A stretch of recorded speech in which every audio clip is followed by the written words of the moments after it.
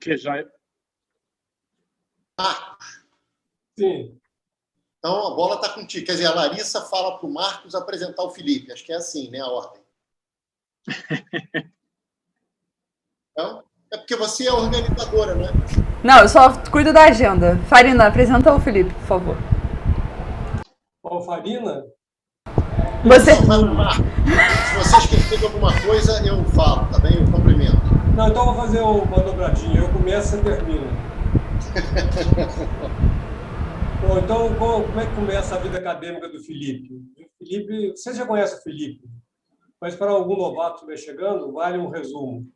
A vida acadêmica dele começou no Colégio São Bento, em que o reitor era o Dom Lourenço. Isso é parte brilhante do currículo dele. Depois ele passou brilhantemente pela UFRJ, fez sua graduação, fez doutorado direto. Não é isso, Felipe? Exato. O doutorado direto ele fez comigo, tadinho. Mas o Felipe, quando começou o doutorado comigo, eu falei, vou logo descascar o menino. Aí peguei e falei, para a gente dar um aquecimento, vamos trabalhar em álgebra de Kac-Moody, que eu tinha estudado isso, e falei para ele dissecar uns artigos do Dynkin, que dá a classificação completa das álgebras de Lie semisimples, ou seja, trabalho pesado. Bom, o Felipe tirou de letra e nunca mais acho que ele teve nenhum medo de matemática, né? Ele não devia ter já no Colégio São Bento, onde ele estudou muita matemática. Depois ele foi selecionando, experimentando as ideias que nós tínhamos, e ele conseguiu descartar as que eram bobagens que eu estava pensando e investir naquilo que nós havíamos planejado, e terminou a tese muito bem. E teve uma imediata passagem para um pós-doc em Los Alamos, tá certo? Onde ele ficou durante 2 anos, então houve uma renovação de 2 anos, não é isso, Felipe? Foi 2+1. 2+1, isso. Não foi 1+1, foi 2+1. Voltou, passou no concurso, é professor da UFRJ, e por uma pessoa com a grande capacidade de trabalho e inteligência que ele tem, ele já arrumou uma outra atividade que corre paralela muito bem, que é na política. Ele certamente vai ser um dos próximos presidentes da República, mas, por enquanto, ele está comandando a nossa Associação Docentes da UFRJ. Então, agora passa a palavra ao Farina, que tem mais memória do que eu, para poder complementar. Caramba, falar da minha memória, pelo amor de Deus. Agora você fala sobre o que ele vai falar. Marcos, eu não tenho muito mais a acrescentar, não, mas eu queria dizer mais algumas coisinhas só. Que o Felipe tem uma memória prodigiosa. Eu lembro, quando ele era ainda aluno, né, se juntando lá no grupo e tal, que ele tinha uns números do sistema solar, por exemplo. Ele sabia, deve saber até hoje, né, as massas, raios, brilhos. Eu ficava assim meio chocado, falava, gente, cara, o que é isso? E realmente essa memória é incrível, né? E ele é um cara também que adora números grandes, né? Eu nem sei mais os números lá. O número de Graham é fichinha perto dos outros, que eu já esqueci o nome. De vez em quando ele nos brinda com seminários maravilhosos sobre esses números grandes, que na hora eu acho que eu estou entendendo tudo, depois eu tenho que perguntar tudo de novo para ele. Mas ele, boa praça, do jeito que é, explica com calma e tudo mais. Como o Marcos falou, cara, acho que o Felipe é um dos caras assim mais ecléticos que eu conheço. E, caramba, faz um monte de coisas e, por incrível que pareça, faz todas elas muito bem. Então, é um cara, assim, sensacional. Considero o Felipe um cara realmente genial. Um cara, assim, que... Eu lembro quando ele estava no pós-doc, na França, eu lembro uma vez ele me telefonando para falar de eletro e tal. No início, o cara ainda estava para discutir. Depois, cara, eu é que tinha que tirar dúvida com ele, porque ele já estava sabendo tudo. Então, os pós-docs dele deram uma base assim, para ele excelente. E ele é esse cara realmente que contribui demais para o nosso grupo, para o grupo do Paulo, do Instituto. Um cara realmente genial. E para terminar, e não me alongar muito, é o cara cheio das piadinhas, né? Eu vejo aí nos pimpolhos as piadas, eu só vejo os elogios, porque eu não entendo metade, Felipe. Eu vou ter que te pedir as explicações. Às vezes eu peço para a Larissa me explicar, ou a Dani, mas às vezes nem a Dani entende também, enfim. Mas é o cara das piadas. Então, cara, você é um cara muito querido por todos nós e um exemplo a ser seguido por essa garotada que está começando. Então, é isso aí, compadre. Bom, muito obrigado aí pela apresentação maravilhosa. Vocês, como de costume, muito mais generosos do que eu mereço, mas espero corresponder aí ao carinho aí do grupo com um seminário que vocês consigam levar alguma coisa para casa aí. Olha só, antes de começar o seminário, eu queria, na verdade, falar um pouquinho das motivações que me levaram a fazer esse seminário, que é um pouco atípico, né? Ele não vem de nenhuma coisa que eu esteja estudando, seja sozinho, seja com alguém, com o objetivo de publicar alguma coisa.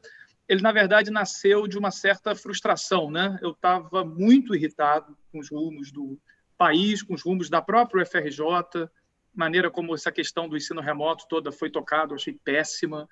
Enfim, a conjuntura nacional também não ajuda, né? Só deprime mais.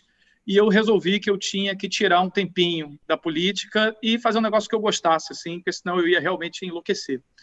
E aí, a primeira coisa que me veio ao mente, eu abri o computador para... Vou estudar alguma coisa aqui. E aí, realmente, a primeira coisa que veio foram os multipolos toroidais. E aí, realmente, eu lembrei que isso já gerou várias discussões no grupo, de que, né, se a expansão de multipolo é completa, não é completa, qual é a natureza desses multipolos toroidais e tal. Então, eu resolvi estudar isso.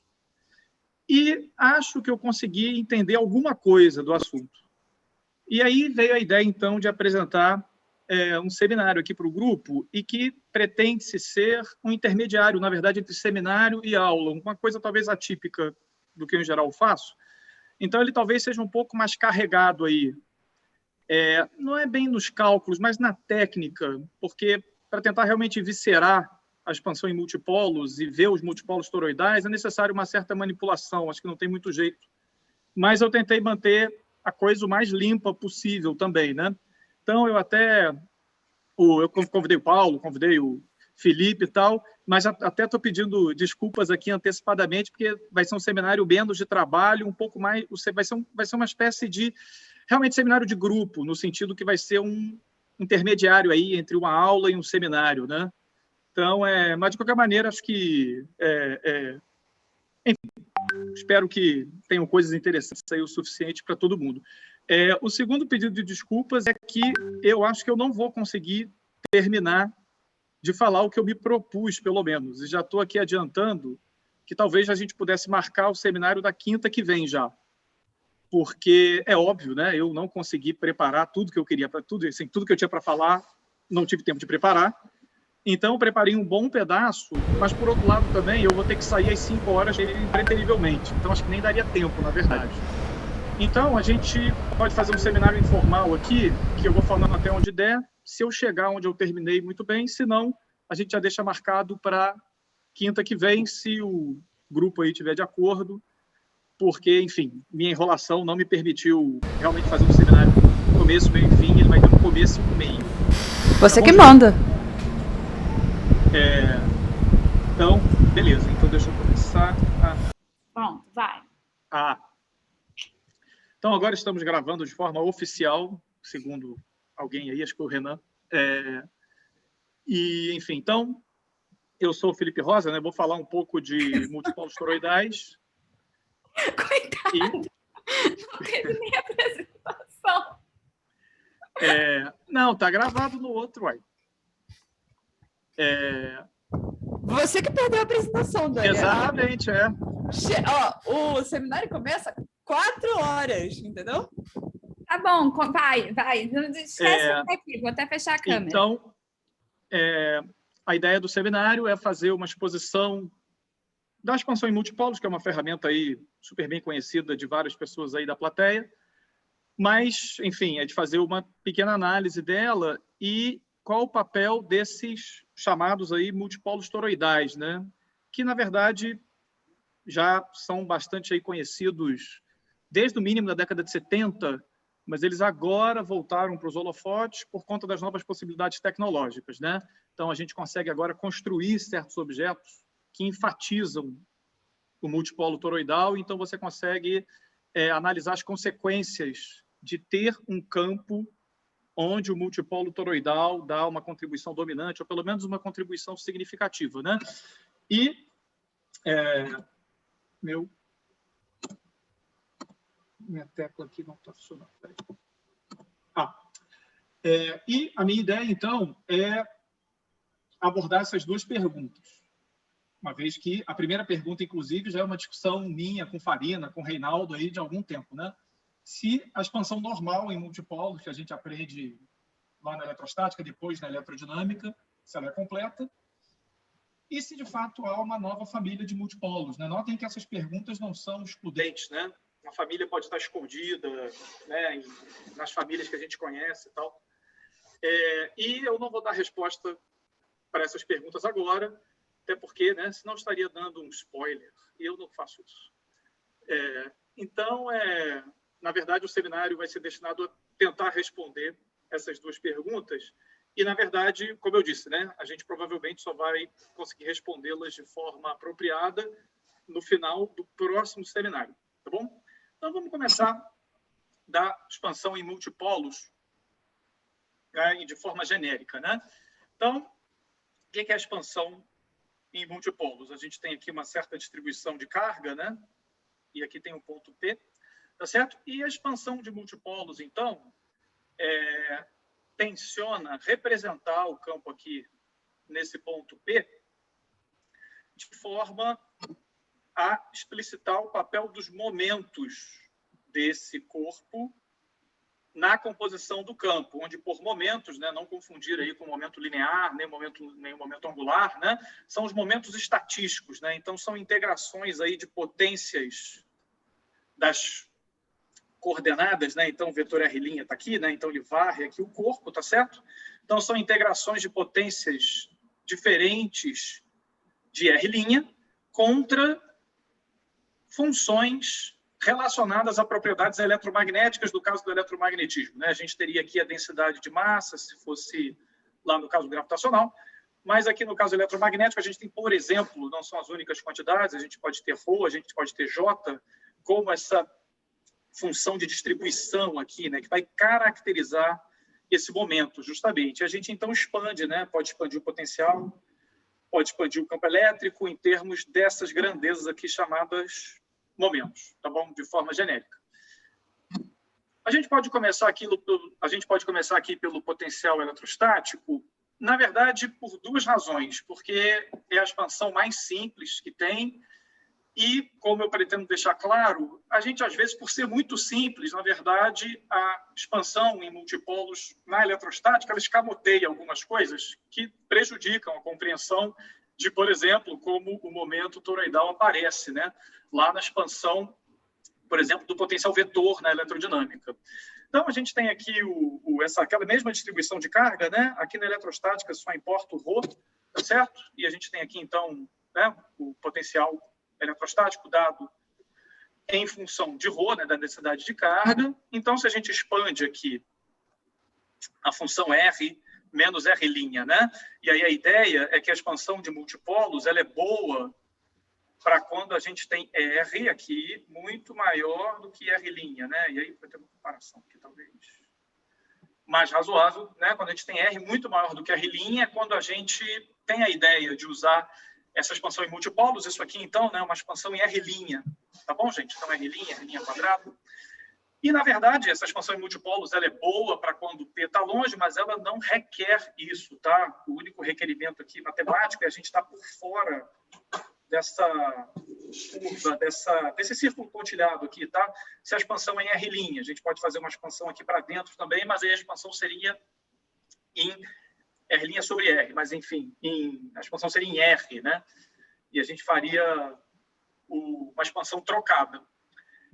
Mas aqui a gente não vai querer fazer expansão nenhuma aqui para dentro, a gente vai estar o tempo todo falando para fora, aqui, né, dessa fronteira. Então, né, R vai ser sempre maior do que R', tá certo? Então, vale a expansão em R' sobre R, a gente tem, então, expansão em série de Taylor aqui, tá, gente? Padrão, a gente joga isso aqui dentro. Sai, Velma. A gente joga isso aqui dentro. E tem essa expressão aqui, né? E aí, eu vou passar para o slide seguinte, repetindo a expressão. A gente já identifica essa expansão nos momentos, né? Então, aqui a gente tem um momento de monopolo.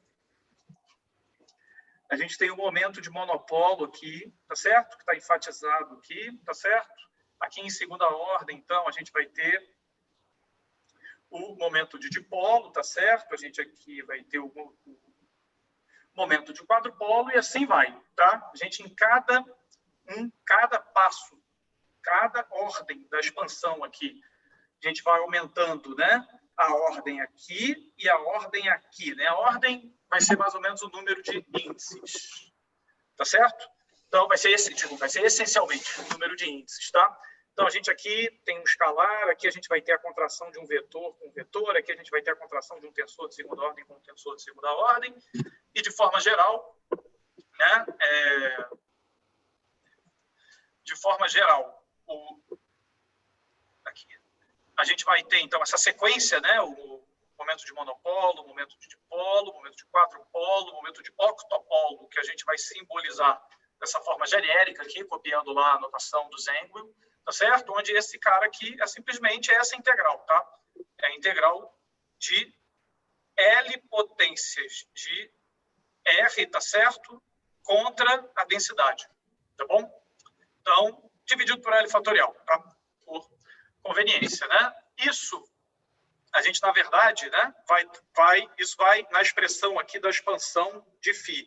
Isso vai acabar multiplicando sempre essa grandeza, que também é um tensor, tá certo? De ordem L dessa forma, tá bom? É simplesmente o gradiente aí, né, aplicado L vezes a função sobre R, e a fórmula geral, então, do φ é dada em termos dessa expressão aqui, tá bom, gente? Essa contração aqui, né, de I, J, né, índices repetidos aí, né, estão somados, tá certo? E isso, essa expansão acaba sendo essa contração aqui, né, dos multipolos com esses gradientes aqui da função 1 sobre R, tá certo?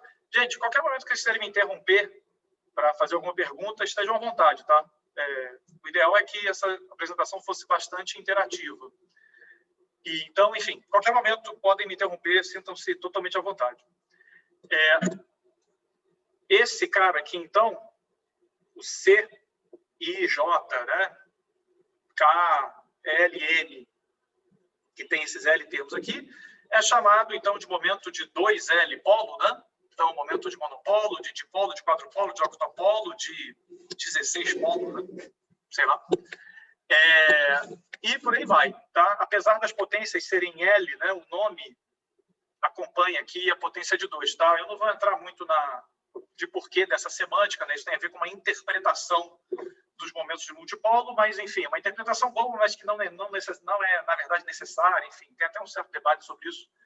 Mas o fato é que essa nomenclatura é a nomenclatura consagrada, né? Então, o L igual a 3, por exemplo, é o momento de octopolo, o L igual a 4 é o momento que alguns chamam de hexadecupolo, né? Enfim. E por aí vai, tá certo? E o que acontece é o seguinte, a gente poderia achar que essas grandezas aqui são muito complicadas, né? Porque você tem L índices aqui, né? E cada um desses índices pode assumir 3 valores, né? 1, 2 e 3, né? X, Y, Z, sei lá.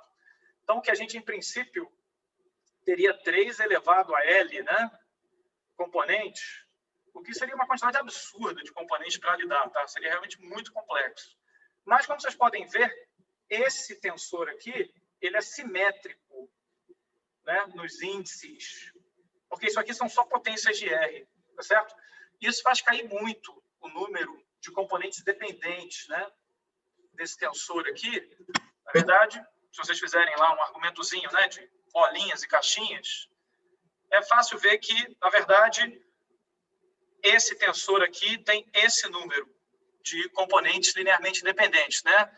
L mais 1 vezes L mais 2 sobre 2, isso, claro, né, ainda é uma potência quadrática aí em L, então, na verdade, isso ainda consome um certo trabalho, a gente gostaria de ter momentos de multipolo mais simples ainda. Dá para fazer isso, mas eu vou deixar um pouquinho para depois, tá? Aqui a gente vai simplesmente se referir a esses momentos de multipolo aqui, que na literatura são conhecidos como momentos de multipolo elétricos primitivos. Tá bom, gente? Tá tudo bem até aqui? Porque se sim, a gente pode agora fazer um ligeiro upgrade, tá certo? E fazer... Tem coisa no chat aqui, peraí. Tudo ok. E o efeito é legal mesmo.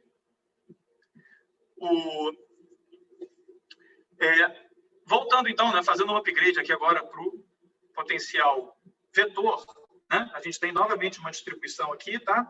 E aí, gente, no calibre de Lorentz, a gente precisa do J aqui e o potencial vetor agora, o potencial vetor eletrodinâmico, né? Ele é dado no calibre de Lorentz por essa expressão aqui, né? Onde agora a gente tem aqui o tempo retardado também, tá certo? Mas, em princípio, não tem nada de muita novidade em termos conceituais para a expansão em multipolos, tá? A gente vai querer fazer uma expansão em R' sobre R. A única coisa que a gente tem que levar em consideração é que o TR, né? T menos R sobre C na notação aqui, o TR tem R' aqui dentro, tá certo? Então, essa expansão em multipolos aqui, ela vai envolver não só essa função, mas vai envolver também uma expansão do próprio J, tá certo? É isso que eu quis evidenciar aqui, né? Quando a gente faz essa expansão, né? Na verdade, esse gradiente aqui, ele atua no J, porque tem o TR aqui, tá certo? E ele atua também aqui no 1 sobre R, dá origem a esses dois termos aqui, tá bom? Gente, eu não quero ficar muito agarrado nas tecnicalidades aqui dos cálculos em si, eu só quero chamar a atenção que vão ter esses dois termos e que, na verdade, essa repetição, ela nem vai ser assim tão fundamental para o que a gente quer entender. A gente vai conseguir entender isso olhando só para esse termo aqui, na verdade. Mas, enfim, não vou deixar de carregar esse termo aqui, ele está aqui, mas, na verdade, ele repete, em termos de estrutura do que a gente está interessado, ele repete um pouco o que faz o termo quase estático, por assim dizer. Tá bom? Então, gente, agora, né? Vamos Felipe, fazer, então... Diga. Só uma pergunta rápida. É que ficou para mim confuso a questão do Rzão.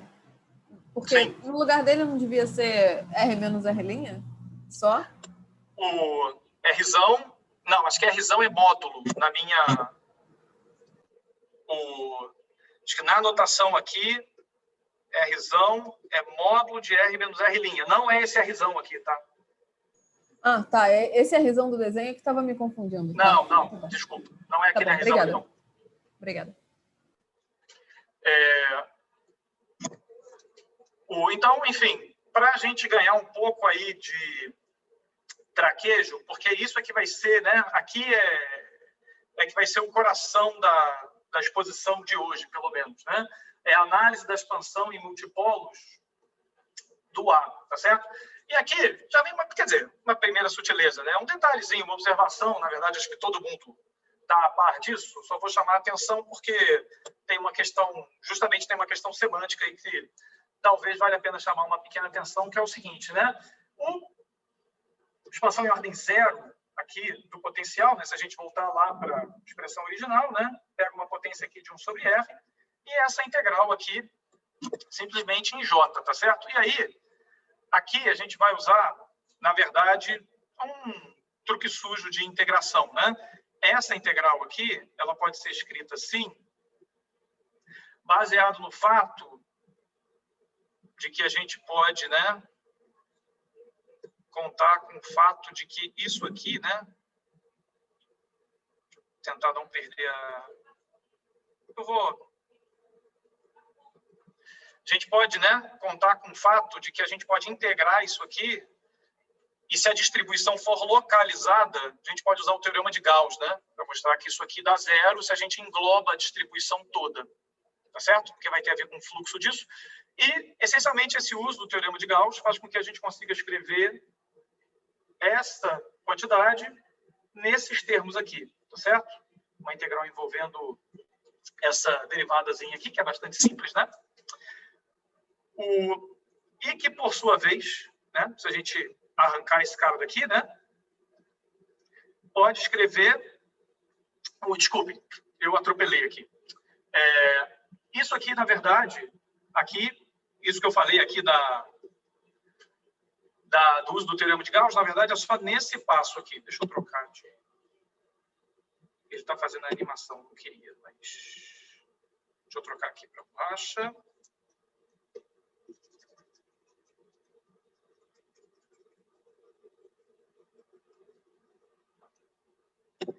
Aqui eu atropelei um pouquinho. Na verdade, daqui para cá, né? É um truque mais sujo ainda, né? Daqui para cá é simplesmente, né, escrever JI, né? Como JIK, como delta, né? De IK, JK. Tá bom, gente? Enfim, daqui a gente passa para cá. E daqui, então, a gente passa para cá, né? Porque isso aqui é a delta de KI, tá bom?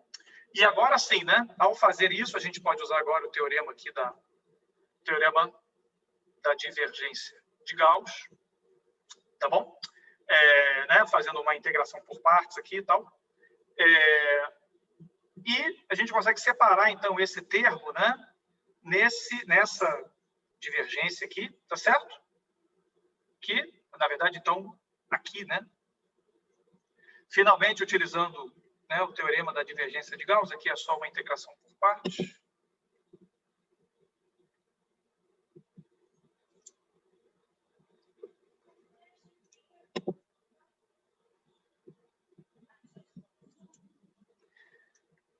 A gente faz uma integração por partes aqui, né? E aí a gente usa o teorema da divergência para mostrar, então, que esse A, ele pode ser escrito assim, né? E aí, utilizando a equação da continuidade, a gente chega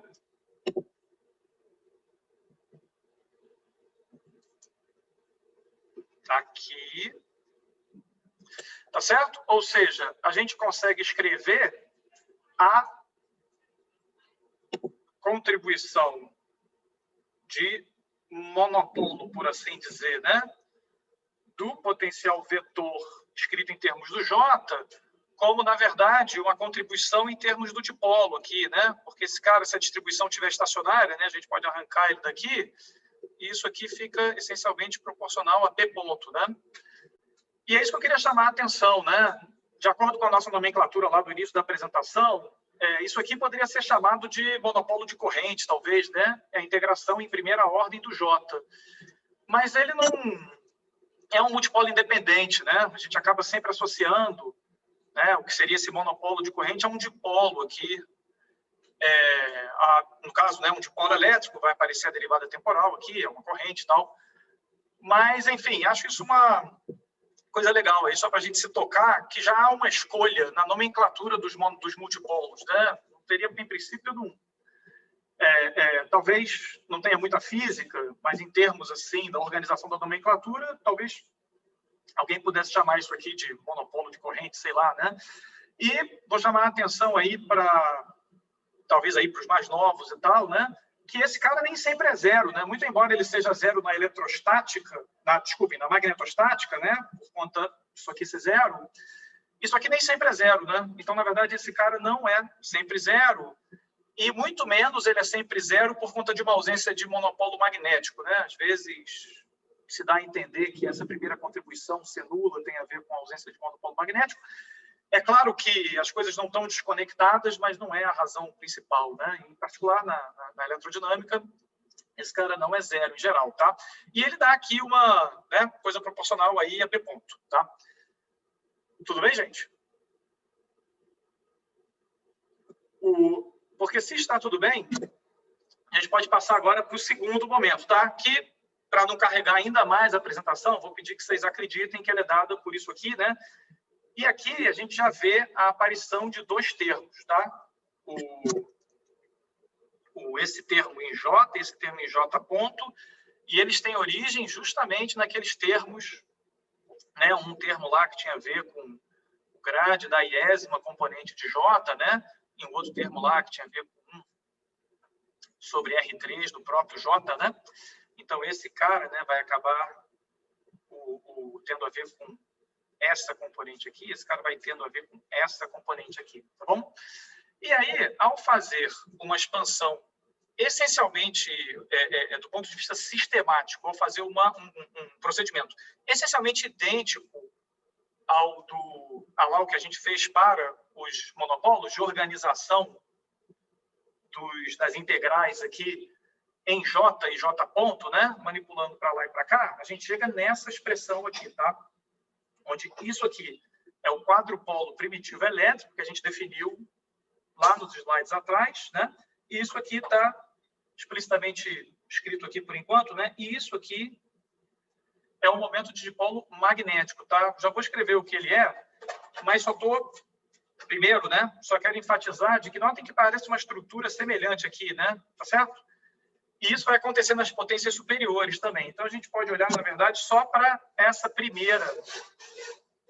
primeiras duas parcelas aqui, para entender o que a gente está querendo entender, tá? E o que a gente está querendo entender? A gente está querendo ver se existe uma outra forma melhor, enfim, mais prática, conceitualmente mais iluminadora, de fazer essa expansão aqui, tá? É isso que a gente está atrás agora. E é isso que a gente vai discutir aqui. Não sei se eu vou conseguir convencer vocês do que é melhor, do que é pior, mas espero, pelo menos, né, elucidar de onde vem certas coisas, tá? E depois a gente decide o que é melhor e o que não é. Mas, para isso, a gente vai ter que falar um pouquinho aí de álgebra tensorial, né? Se a gente tem um campo qualquer, né, de segunda ordem, né, de segunda ordem tensorial, a gente pode escrever ele assim, tá certo? E aí a gente sempre, né, pode fazer essa manipulação trivial aqui, né, soma e subtrai, né, soma esse zero aqui, né, tá certo? Mas, quer dizer, não esse zero, né, esse zero aqui, e aí reorganiza, para ficar com uma parte simétrica e uma parte antissimétrica, né? A gente pode ir um passo além ainda e ficar com uma parte simétrica sem traço, que é essa aqui, numa parte antissimétrica e no traço, tá certo? Essa expansão, uma expansão completamente geral desse cara aqui.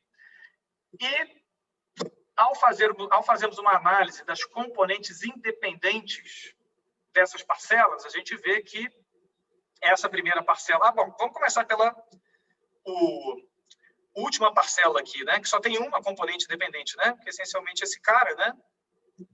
Tá certo? Daqui, aí, a gente passa aqui para o tensor antissimétrico, né? Todo tensor antissimétrico de segunda ordem em 3 dimensões, ele tem só 3 componentes independentes, né? Porque, né, vai ser 0 aqui na diagonal e esses 3 elementos aqui vão estar relacionados com esses 3 elementos daqui, tá bom? Então, a gente tem esses 3 elementos aqui que são linearmente independentes, esses 3 aqui vão ser dependentes desses. E a gente tem aqui agora um cara simétrico, mas com uma condição, ele tem traço nulo, né? Então, se a gente voltar aqui para o nosso... Se a gente voltar aqui para o nossa matrizinha aqui... Vou apagar isso aqui também. Se a gente voltar para a nossa matrizinha aqui, a gente pode escrever esse cara, né? Ele vai ter essas componentes aqui. Aqui a gente vai ter dependência linear desses, mas a diagonal também vai ser independente, exceto por talvez esse último termo, né? Ele vai ter que ser uma combinação desses dois para o traço poder dar 0, tá certo? Então, a gente tem 5 componentes independentes aqui. Notem que a soma aqui, né, é igual a 9, que é o número total de componentes aqui de um cara 3×3, né? Essa decomposição, ela é interessante aqui para a gente, porque também não vou entrar em muitos detalhes sobre isso, até porque nem sou grande especialista, mas a gente decompôs esse campo tensorial nas suas componentes redutíveis do grupo de rotações, tá?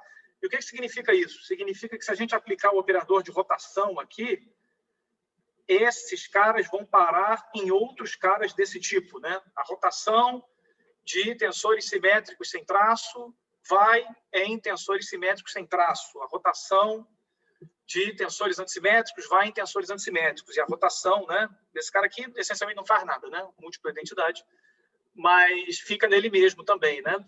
Então, e dá para mostrar que essa representação é irredutível, né? Não tem como quebrar. A gente conseguiu quebrar esse 9 aqui em 5 mais 3 mais 1, e não tem como quebrar mais, tá? Essa maneira, né? Essa decomposição é uma decomposição em representações irredutíveis do grupo de rotações, tá certo? E ela tem essa característica, né? Uma das representações tem dimensão 5, né? A outra tem 3 e a outra tem 1, tá certo? Tá bom, gente? Perguntas? Isso talvez seja um pouco de novidade aí para alguns, então se quiserem, né, me interromper, podem me interromper à vontade. Até porque isso caiu um pouco do céu, né? Não está muito claro qual vai ser a relevância disso para o que a gente está querendo calcular até agora, né? Porque a gente pode aplicar essa mesma lógica aqui, né? Aqui a gente tem a expansão do potencial vetor, né, em primeira ordem, e a gente tem esses dois termos aqui que, né, em termos de estrutura tensorial, esses dois aqui são parecidos, então não preciso nem olhar, tá? A gente tem... Ô, Felipe, já que você falou de cair do céu... não, volta um slide. Então, na verdade, aí você está mostrando que você está decompondo um campo vetorial qualquer em representações irredutíveis do EC3, é isso? Isso. Aqui é um campo tensorial, né? Mas, enfim, poderia ser feito para qualquer ordem de tensorialidade. Tá, então tá. Não, era só para me situar.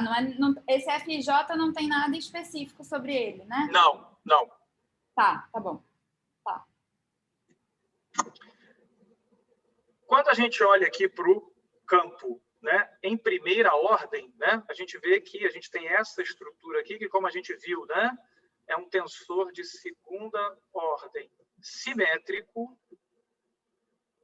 E a gente tem aqui esse cara que é um vetor, né? Na verdade, é um pseudo-vetor, porque por reflexões ele se transforma um pouco diferente, né? Isso tem a ver com ele ser justamente ele há de vir de um tensor de segunda ordem antissimétrico. Mas, enfim, a gente só precisa, por enquanto, né, lembrar que, por ser um tensor de segunda ordem simétrico, a gente tem 6 componentes independentes aqui, tá? E aqui a gente tem 3. Tá certo? Porque aqui a gente não tem nenhuma condição sobre o traço. Lembrem que os momentos multipolos primitivos são aquelas integrais, né? R', né? Rho e R, né? RI', RJ', etc. Né? Então, ele só tem essa condição da simetria. Tá bom? Quando a gente massageia essas expressões para chegar em algo que explicite um cara simétrico de traço nulo, um cara antissimétrico, que a gente já vai identificar como um pseudo-vetor, e um escalar, a gente chega aqui, tá bom?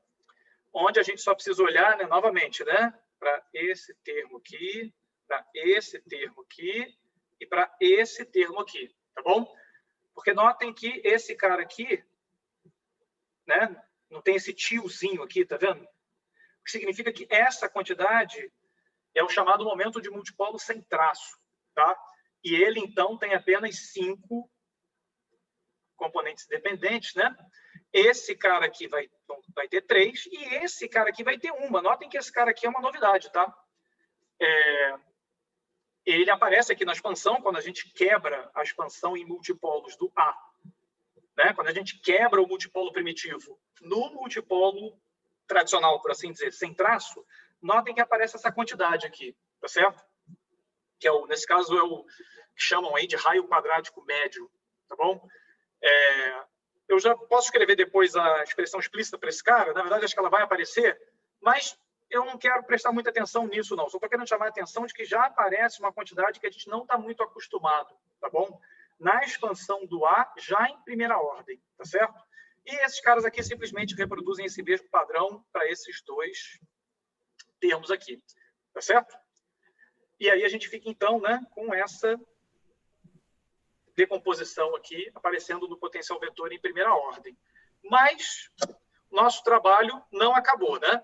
Aqui é legal fazer uma pequena observação e voltar lá no início, né? Que ao fazermos essa decomposição, né, ao passarmos do momento de multipolo com traço para o sem traço, apareceu esse cara, né?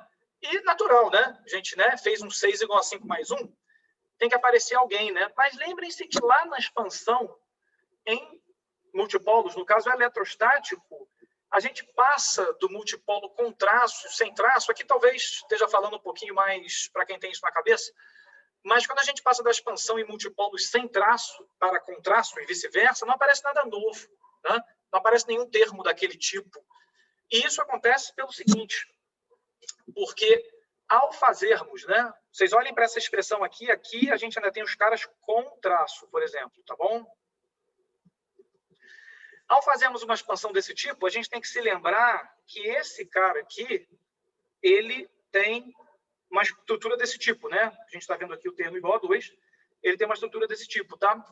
O fato dessa expressão aqui, 1 sobre R, satisfazer a equação de Laplace, diz que o traço disso aqui é 0, tá certo? Porque o traço disso aqui é o laplaciano, tá bom? Então, essa expressão é sem traço. E é isso que faz com que o fato de aqui haver traço ou não importar, tá certo? A gente pode deixar com traço, pode tirar o traço, que o fato desse cara ser sem traço, né? E notem que ao contrair qualquer dois pares, né? A gente pode passar esse cara para cá e fazer o 1 sobre R se anular, desde que R não seja igual a R', né? Faz com que a gente tenha liberdade de escolher os caras com ou sem traço aqui e não ganhe mais nada aqui, tá? E isso é uma coisa que eu queria chamar do, entre aspas, vício que a gente ganha na expansão eletrostática, né? A expansão eletrostática a gente mexe, né? A gente passa do com traço para o sem traço e não ganha nada além, mas isso acontece porque o que multiplica aqui os multipolos é algo que também não tem traço, por uma conjuntura algébrica, né? Tem a ver com o fato desse cara aqui satisfazer a equação de Laplace, né? No caso eletrodinâmico, por exemplo, isso não vai mais necessariamente acontecer. E é por isso que, ao desmontar o quadrupolo, por exemplo, aparece aquele termo extra, né? Aquela quantidade escalar extra, que, enfim, daqui a pouco a gente vai ver um pouquinho mais de detalhe o que ela significa. Tá bom, gente? Então, é por isso que aquela novidade aparece lá e não aparece aqui. No caso eletrostático, talvez a gente esteja um pouco mais acostumado, tá bom? Só que para chegar onde a gente quer chegar, a gente infelizmente vai ter que passar pelo potencial vetor em segunda ordem, certo? E aí, enfim, né? Vocês vão acreditar em mim quando eu escrevo que o potencial em segunda ordem é dado por isso aqui, tá certo? Então a gente agora tem 3 termos aqui nas correntes, tá? É algo já mais complicado, mas assim, a ideia não é efetuar nenhuma das contas, é só chamar a atenção para os termos que aparecem, né? A gente vai ter que olhar um pouquinho para a decomposição, mas, enfim, vamos tentar acompanhar aqui, vai ser um pouco difícil, mas, né? A gente vamos tentar ir devagar para tentar também não atropelar, tá bom? Então, a gente vê que todos os termos, né? Aqui é um vetor, e aqui a gente tem RI e RJ, né? Então, esse vetor aqui, se a gente pega uma das componentes, né? A gente vê que os termos são da forma RI, RJ e zeta K, tá bom? E por que é importante salientar isso? Porque isso aqui, né? Então, em termos tensoriais, né? É algo... Bom, A foi uma letra péssima, né? Então, em termos tensoriais aqui, sei lá, né? IJK, ele tem simetria em 2 índices, né? Ele não é um tensor totalmente genérico, né? Ele não tem simetria, né, nos 3, como lá no caso eletrostático, a gente tinha sempre simetria total, né? Mas a gente tem simetria em 2 índices, pelo menos, tá? Isso vai facilitar a nossa análise da forma dessa contribuição do potencial vetor, né? Então, a gente chega aqui, um potencial, um campo qualquer de terceira ordem, tá certo? Tem 3 índices, né? 3 elevado a 3 é igual a 27. E aí, novamente, né? Não é muito difícil de ver, mas vocês vão ter que acreditar em mim. Essa decomposição em representações irredutíveis, ela fica dessa maneira aqui, tá? A gente tem uma representação irredutível de 7 dimensões, né? Tem 2 cópias de representações em 5 dimensões, tem 3 cópias de representações em 3 dimensões e tem uma representação escalar. Tá bom, gente? É só fazer a mesma decomposição que a gente fez para tensor de ordem 2, né? Infelizmente, essa coisa de fazer aquele truquezinho do simétrico, antissimétrico, aqui dá muito mais trabalho. Então, eu vou apresentar simplesmente o resultado, né? Mas é essencialmente a mesma mecânica da outra vez, tá? Só que aqui a gente não tem o tensor genérico, né? Isso vai ajudar a gente. A gente tem o tensor, como eu estava dizendo, né?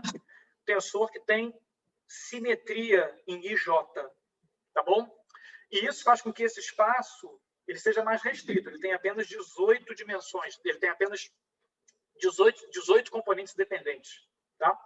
Então, em vez de 27, a gente tem 18 componentes dependentes aqui desse cara, tá certo? E a decomposição nas representações irredutíveis fica dessa forma aqui, tá bom? É uma de 7, só uma de 5, duas de 3, tá certo?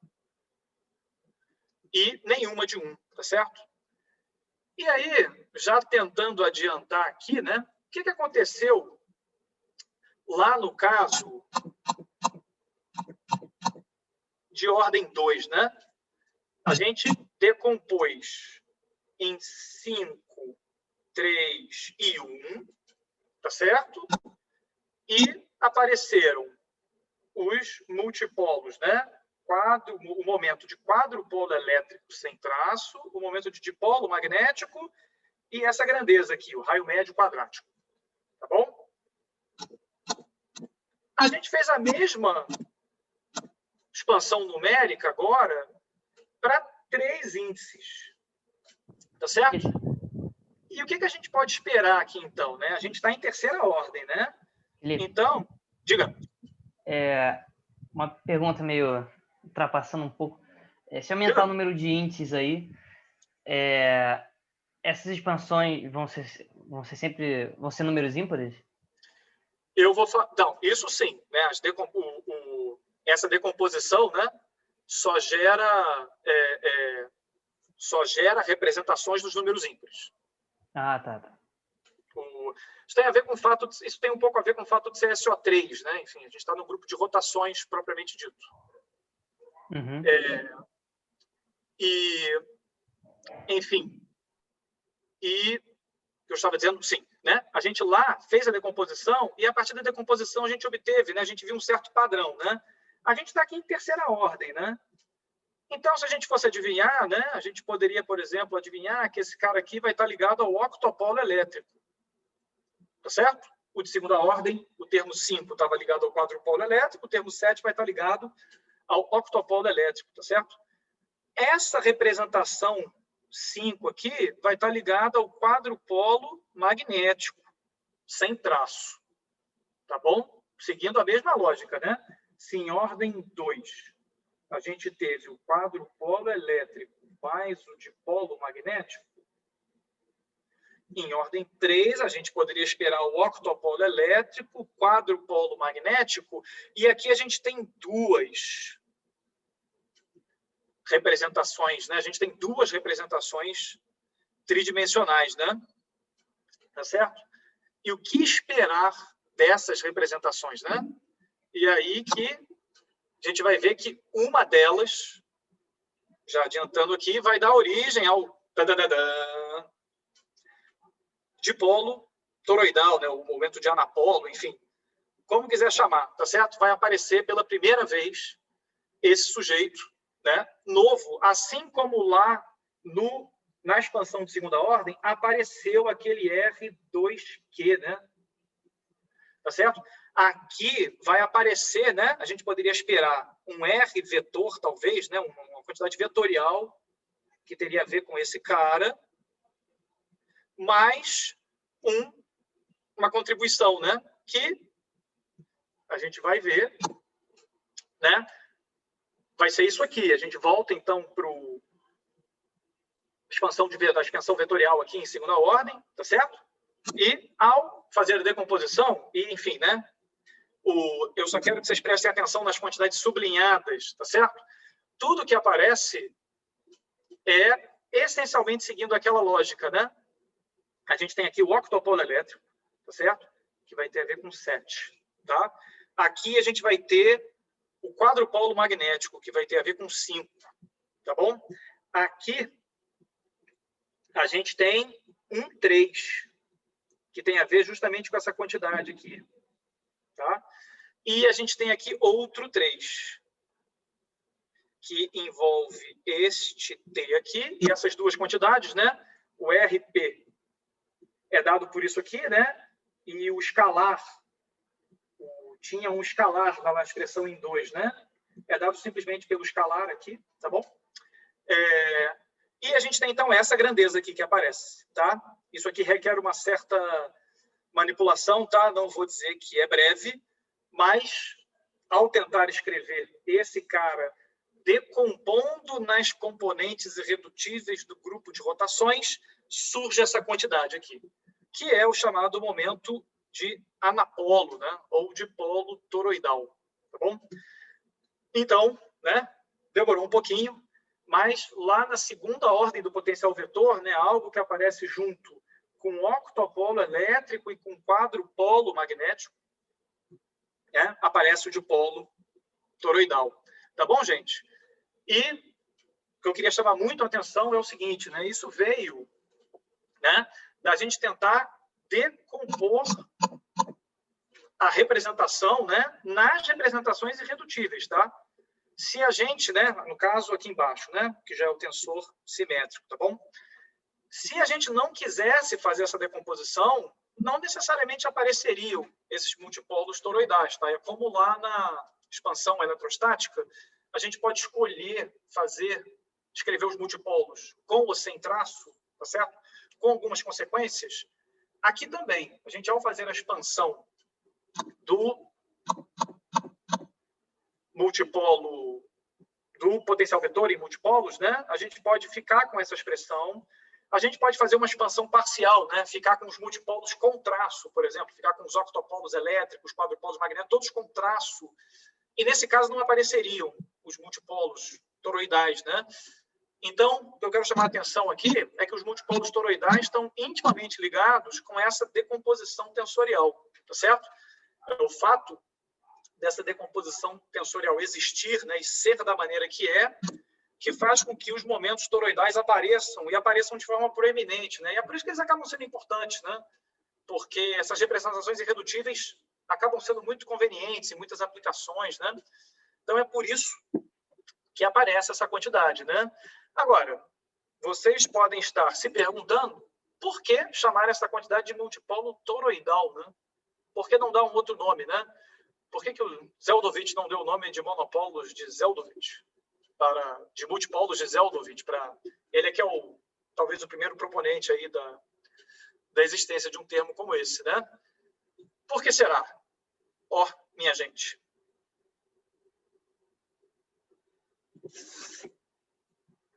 Alguém tem algum palpite?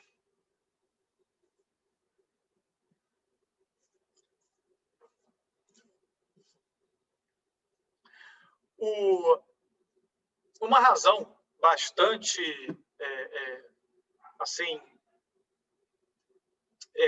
indicativa, né? Uma razão bastante lógica, bastante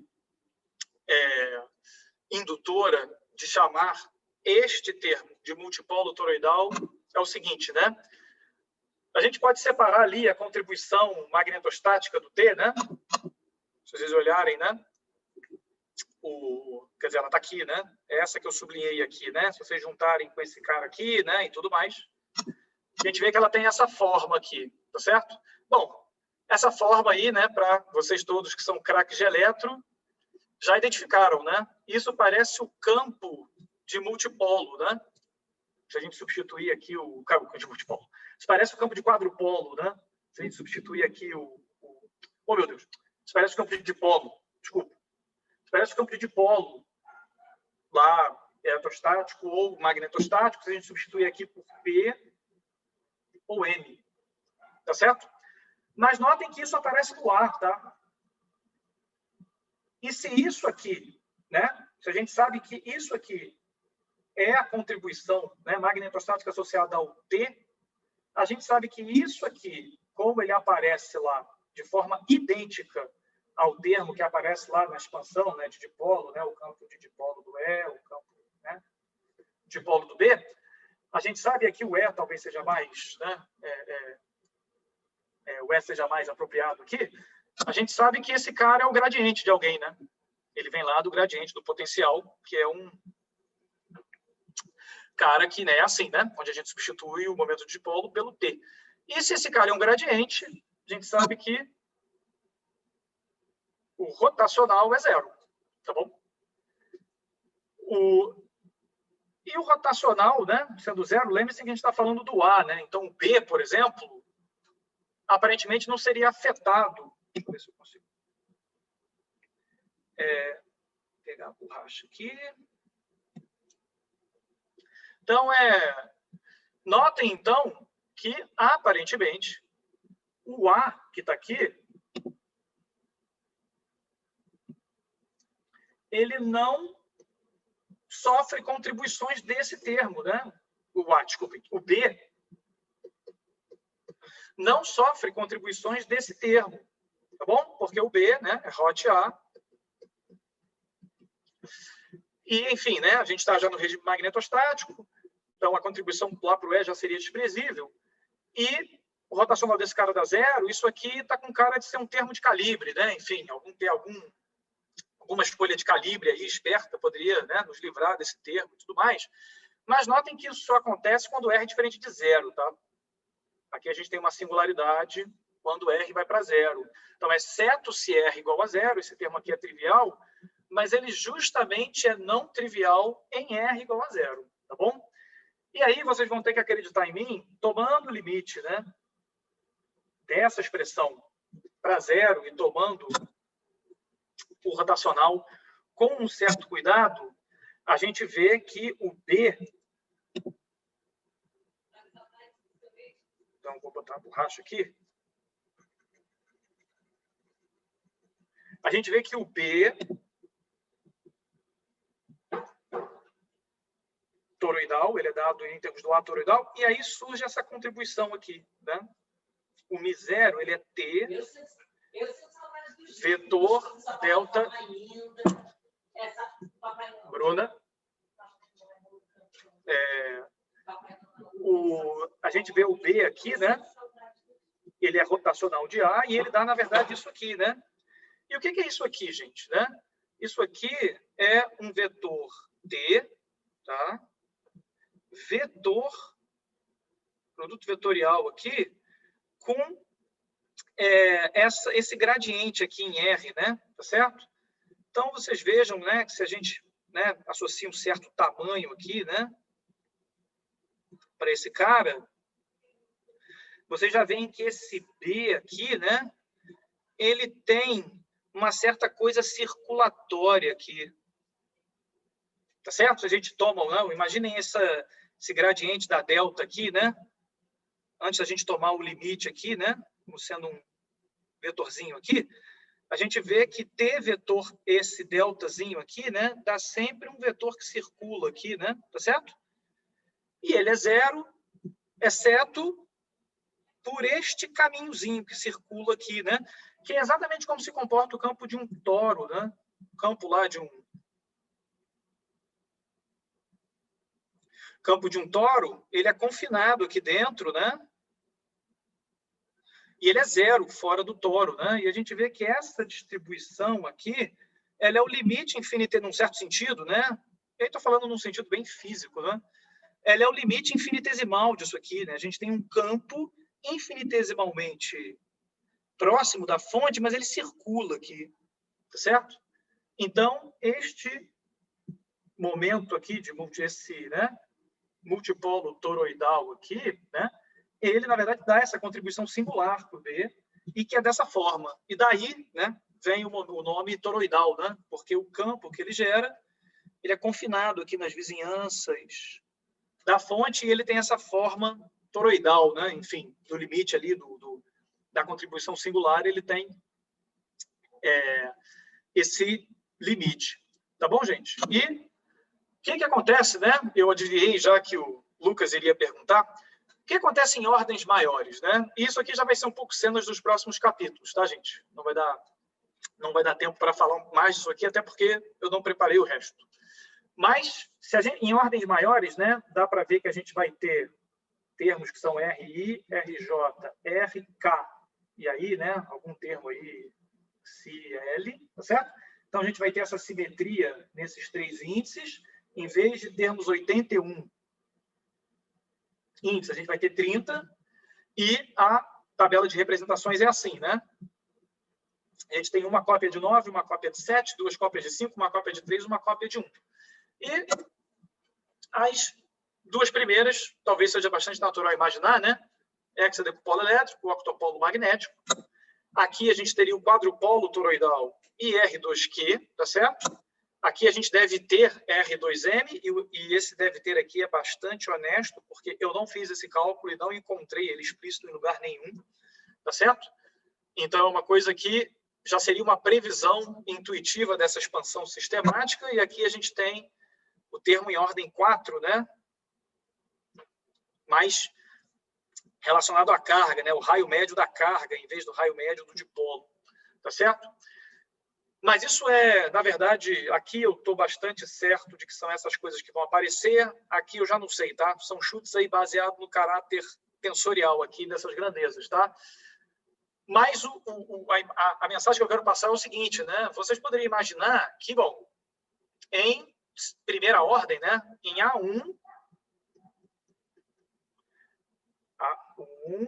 apareceu o R2Q, né?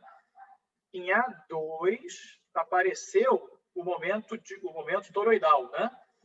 Por que em A3 não vai aparecer nada novo, né? Não vai aparecer uma nova família, né? E é isso justamente que vai ter que ficar para a próxima, né? Porque isso tem a ver com... Isso, na verdade, vai ser mais fácil de entender comparando com a expansão em multipolos em coordenadas esféricas e fazendo referência aos campos transversos e longitudinais, né? O campo A, em particular, né? Ele pode ter componentes transversas e longitudinais, né? Isso, inclusive, vai esclarecer um pouco do papel dos momentos toroidais na radiação. Mas, já adiantando, né?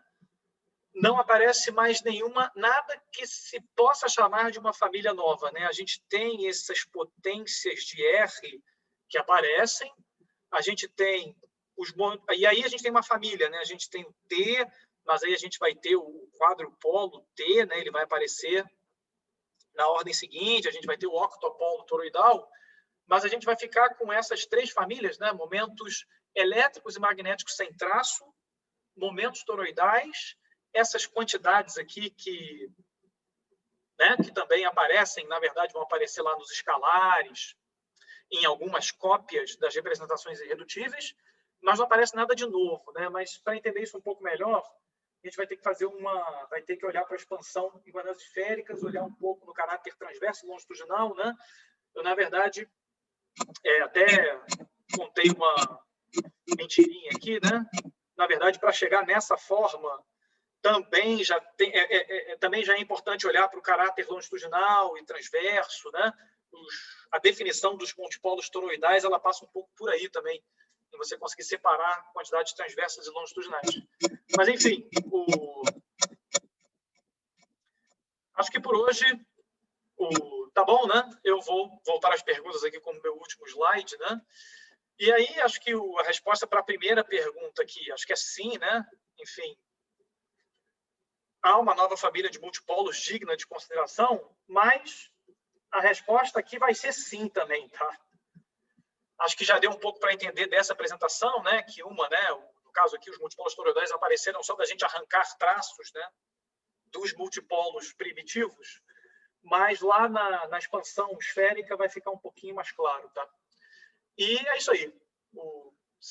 Que horas são? Não sei exatamente se eu estourei muito tempo, mas por hoje é isso aí, gente. Valeu. 5:05. Obrigado pela paciência. Espero que tenha sido minimamente útil. Valeu. Pô, foi muito. Foi muito maneiro. Foi muito maneiro.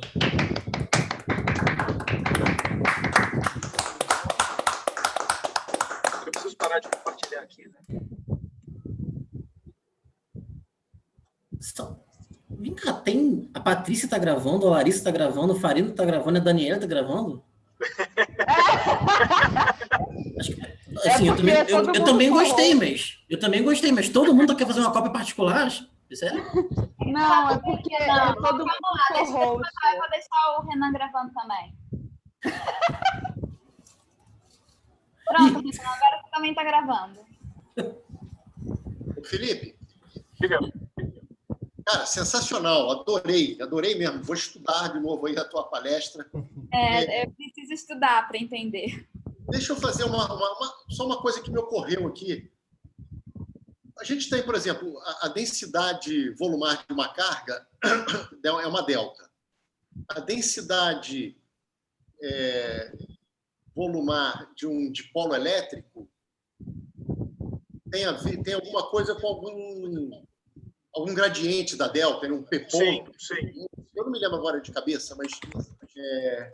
E quando você vai para o dipolo magnético, eu acho que o J associado a um dipolo magnético puntiforme, eu acho que tem exatamente a expressão daquele B que você calculou, o B do toroide. Você calculou aquele T produto vetorial com grade atuando na delta.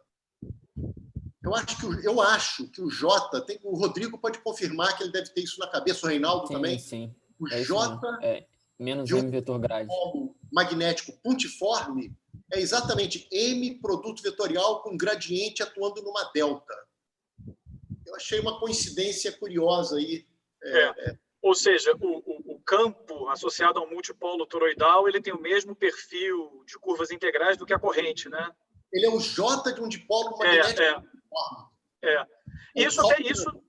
Isso certamente está ligado com o fato do A ter a ver com o B de um dipolo, né? O A associado lá ao termo toroidal, ele tem a ver com o campo de dipolo, né? Isso provavelmente está diretamente conectado. Entendi. Depois, Rodrigo, confirma se eu falei besteira ou não. Tem que olhar lá no... Eu acho que é isso aí mesmo, se eu lembro bem. Aliás, posso fazer uma pergunta, rapidinho? Claro. Eu fiquei intrigado. Ali na segunda ordem da expansão, quando você vai fazer a decomposição lá nas representações irredutíveis, surgiu aquele termo R2Q, né? Sim. Isso me fez pensar que, em princípio, por exemplo, se você quiser calcular o campo completo de um quadrupolo, faria diferença tirar o traço ou sem? Ou esse termo é um termo de calibre? Tem que ver se no campo ele aparece. Eu acho que quando você na expansão para os campos, ele realmente acho que não contribui, nem para o E nem para o B. Eu estaria mais preocupado até com o B, mas mesmo que você faça a expansão em multipolos sem traço e tudo mais, esses termos que têm a ver com as potências de R não aparecem. Os multipolos toroidais podem aparecer, né? Mas esses, eu não sei se todos, tá? Eu nunca fui, sei lá, vai ver lá em ordem muito alta, talvez apareça, mas acho que tanto para o E como o B, o fato deles satisfazerem as equações de Maxwell, né? O A de Lorentz satisfaz a equação da onda só, né? O fato dos campos satisfazerem a equação de Maxwell, né, cria condições ali de transversalidade que eu acho que acabam matando esses casos. Beleza. Gente, quem quiser estudar esse troço, posso passar no grupo, né? Esse seminário ele é parcialmente baseado na tese de um sujeito que virou livro, que é sobre, enfim, eletromagnetismo e multipolos toroidais, tá? Eu passo o link lá no grupo, que é muito legal.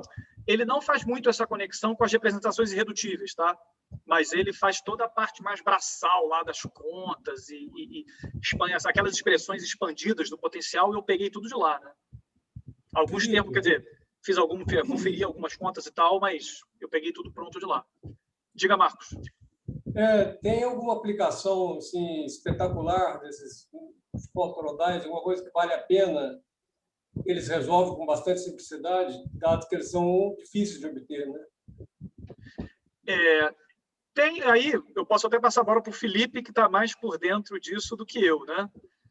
Mas o próprio fato de você ter essa nova família, você pode pensar, por exemplo, em materiais que, em vez de ser eletricamente polarizáveis ou magneticamente polarizáveis, são toroidalmente polarizáveis, tá certo? E isso pode dar origem aí a uma gama de aplicações, enfim, comportamentos, né, diferentes ali da radiação dentro do meio, enfim, forma como você conduz, propriedades de transporte interessantes, né? Mas, enfim, eu confesso que eu nem vou passar a bola até para o Felipe aqui para não falar besteira. Mas se o Felipe quiser falar mais, que ele está bem mais por dentro do que eu. Mas eu posso fazer mais uma pergunta? Diga. Um resuminho do multipolo toroidais para o povão, entendeu? Para a galera do geral. Você pega os multipolos caretas normais, que são resultado de uma expansão infinita, né? Isso. E cada um deles você expande em representações redutivas do grupo SO3. Isso. E nessa expansão você obtém os multipolos toroidais. Isso, exatamente. Tá certo? Exato. É um resumo. É. Povão. Falou de Pro representação povão, irredutível do SO3. Entendi. Felipe, deixa eu fazer um comentário, que a sua apresentação foi muito boa, muito pedagógica, eu gostei muito, né? Com relação às aplicações, né? A grande diferença é quando você olha para o campo próximo, né? Como acho que você vai comentar isso talvez na próxima apresentação que você fizer, né? Sim. No campo próximo, detectar os momentos toroidais no campo distante é muito difícil, né? Porque o padrão de radiação é muito semelhante ao de polo elétrico, por exemplo, né? E é muito mais fraco. Agora, quando você olha no campo próximo, e aí estão as aplicações aí em antenas, em nanofotônica, e que você consegue um padrão de radiação diferente no campo próximo. Então, as aplicações vão nessa direção, explorar as diferenças no campo próximo. Tá? E também no anapolo, né? Você tem a configuração de anapolo. Você deve comentar isso na próxima... Vou falar. Eu vou falar justamente disso que você acabou de comentar. Na verdade, se você faz a expansão genérica em coordenadas esféricas, né? Você vê que, na verdade, o anapolo está dentro do primeiro termo ali do E, né? Então ele se confunde com o dipolo elétrico. Eu vou falar exatamente isso. Exatamente. Mas as aplicações são voltadas no campo próximo. Porque hoje você sabe, com o SNOM, né, que é uma microscopia de campo próximo, você consegue detectar essas diferenças no campo próximo. Por exemplo, e aplicações em emissão, nanofotônica, né, se vocês quiserem. E sobre isso eu botei um artigo de revisão aí no chat para quem estiver interessado, com muitas aplicações, bom, mas na área de metamateriais, você deve ter visto esse paper também. Né? Baixa aí, Larissa. A Larissa é a baixadora das coisas do chat. Tá bom. Agora, esse livro eu não conheço.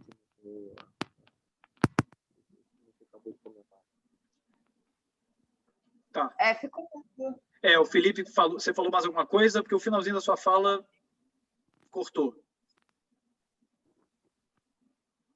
Você tá sem voz. A gente não está te ouvindo. Pinheiro, você está mutado ou não? Não, o microfone dele está...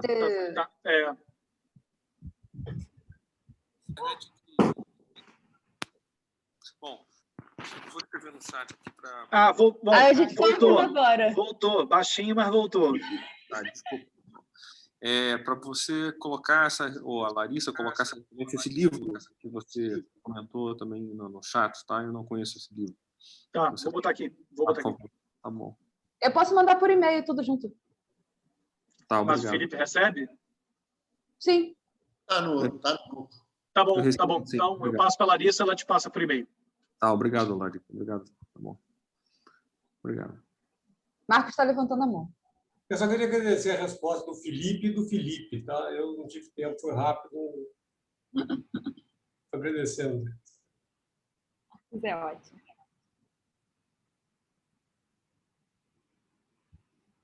Posso tirar uma dúvida rápida aí, Felipe? Fala, Paulo.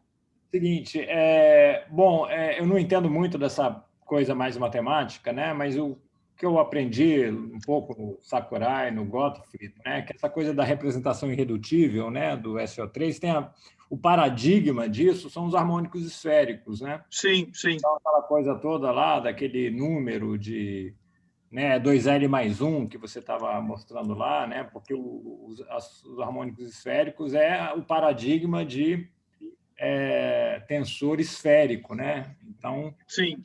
A vantagem de você usar tensor esférico em relação ao tensor cartesiano, né? Que é mais simples e tal, etc. Agora, Quando, então, você faz a expansão em multipolos usando esses harmônicos esféricos, depois harmônicos esféricos vetoriais, etc., né? Você já está usando essa representação irredutível, de alguma forma, né? Então, sim. E ali, aparentemente, não aparece, se você... ou pelo menos, a menos que tenha algum erro ou algum problema, e não aparece, não aparece esse pois é. Legal, né? Não, pois é. Se você constrói o campo em termos das fontes, né? Em geral, né? Até mesmo o Jackson faz assim, né? Ele faz primeiro a expansão do campo, né? Nos harmônicos esféricos, tá certo? Mas ele resolve primeiro o problema homogêneo, né? O problema sem fontes. Depois ele resolve o problema com fontes e escreve todos os momentos de multipolo em termos das fontes, em termos de J, em termos de ρ, né? E aí, quando você pega o termo L igual a 1, por exemplo, e trabalha com ele, você chega exatamente no T. Isso eu vou... Quer dizer, não sei exatamente quando vai ser a próxima apresentação. Ele não usa essa linguagem, mas está ali nas expressões dos momentos de multipolo que ele obtém lá, né? Exatamente. Então, se você faz para L igual a 1, por exemplo, né, se você desmonta ele lá de uma forma... assim, tudo bem, você tem que meio que saber onde você quer chegar, mas se você desmonta de uma forma assim, legal, você consegue mostrar que um pedaço do campo é justamente aquele multipolo, aquele campo que eu mostrei ali. E ele aparece bonitinho. Então, é isso mesmo que você falou. Tá bom.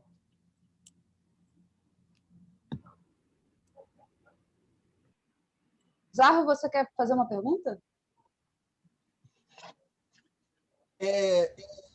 Eu faço coro a todos a quem mencionou. Foi realmente apaixonante essa aula que você deu, muito legal mesmo. Mas eu tinha uma curiosidade. Essas coisas reaparecem quando você estuda aproximações de relatividade geral com baixas velocidades, que é a pós-newtoniana, ou até mesmo uma coisa tipo de campos fracos, tipo onda gravitacional. E a gravidade não tem o dipolo. O dipolo toroidal vai aparecer pelo movimento da massa? Pois é, eu pensei nisso, né? Na verdade, trabalhando na apresentação, pensei bastante nisso, mas na verdade não pesquisei muito, né? E eu tenho muito pouco traquejo aí de gravitação, tá?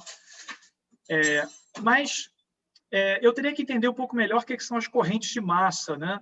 Eu acho que se você tiver corrente de massa, eu acho que poderia ter um análogo do que seria um multipolo toroidal, né?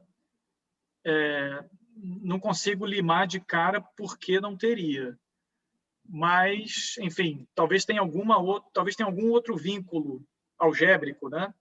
Que eu não esteja vendo, que talvez elimine, né? O campo gravitacional ele tem bem menos graus de liberdade que a gente poderia supor, né? O Gemini, apesar de ter 2 índices, são 2 polarizações só, né? Então, pode ser que tenham aí restrições algébricas, né? Ou até geométricas que impeçam. Mas, em princípio, acho que poderia ter, sim.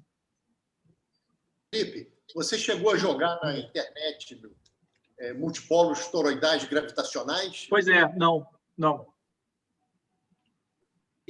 Eu vou dar uma olhada até para poder mostrar semelhanças nas perguntas da tua próxima reunião, da tua próxima apresentação. Pô, show de bola. Para ficar mais concreto e menos jogado assim.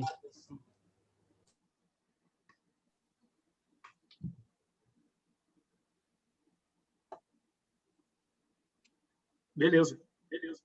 Obrigado mesmo. Falou, Sidney.